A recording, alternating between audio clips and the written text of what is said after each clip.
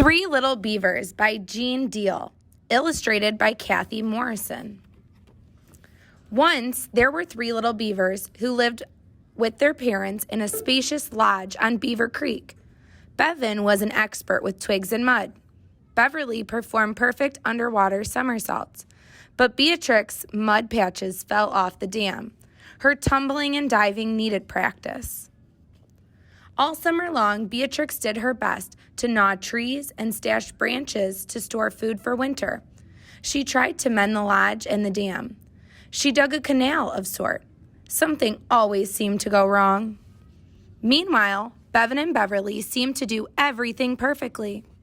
What am I good at? Beatrix wondered. One evening, she swam away up Beaver Creek to find out. A river otter scared her, but she swam around it. To sneak past a boat full of humans, she pretended to be a floating log. Beatrix climbed into a grassy meadow. She scuttled and hopped past low, funny-looking trees to dry and eat. She chewed a thin aspen trunk and skittered out of the way in time for the timber to fall. By moonlight, Beatrix nibbled the tender shoots and tasty bark. Then she snacked on nearby berries. Near the water grew a delicious-looking clump of clover. As she reached for it, whap! A box-shaped trap slapped shut around her. Beatrix watched the creek flow by toward the dam and home. She stayed calm and alert, ready for whatever would happen next. Where was Beatrix? Her parents searched the woods and the canals. Bevan and Beverly swam up the creek. Beverly was so excited to find Beatrix that she turned somersaults until, whap, a trap caught her too. Bevan chopped down a young willow. As he pushed branches into the cages to give his sister something to eat, he slipped and found himself, whap, in trap number 3. Beverly tumbled nervously inside her box until she cut her tail on a sharp edge. Bevan gnawed a metal bar until he chipped a tooth. Terrified, he quaked in a corner. But Beatrix was quiet. She watched and waited. Seeing their sister, Bevan and Beverly felt better. They grew quiet, too.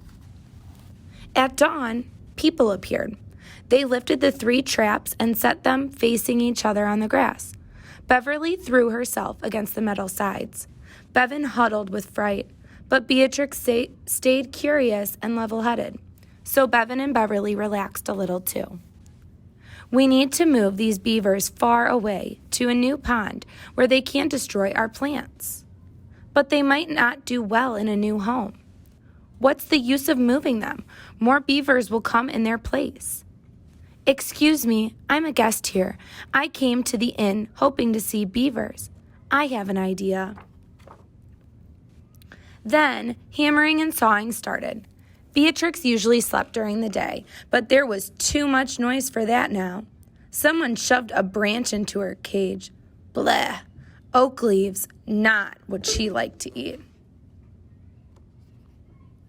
Hours went by until, creak! The door to Beatrix's cage lifted. Creak, creak! Bevan and Beverly's cages opened too. Bevan and Beverly were too scared to move until they saw Beatrix. She lumbered into the sunlight, happy and hungry. Low fences now ringed the delicious trees and gardens.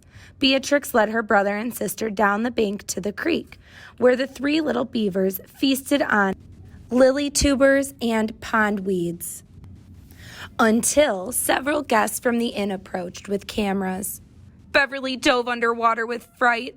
Bevan snapped a stalk in 2 and froze. But Beatrix slapped her tail on the water and led the 3 little beavers as they swam away home.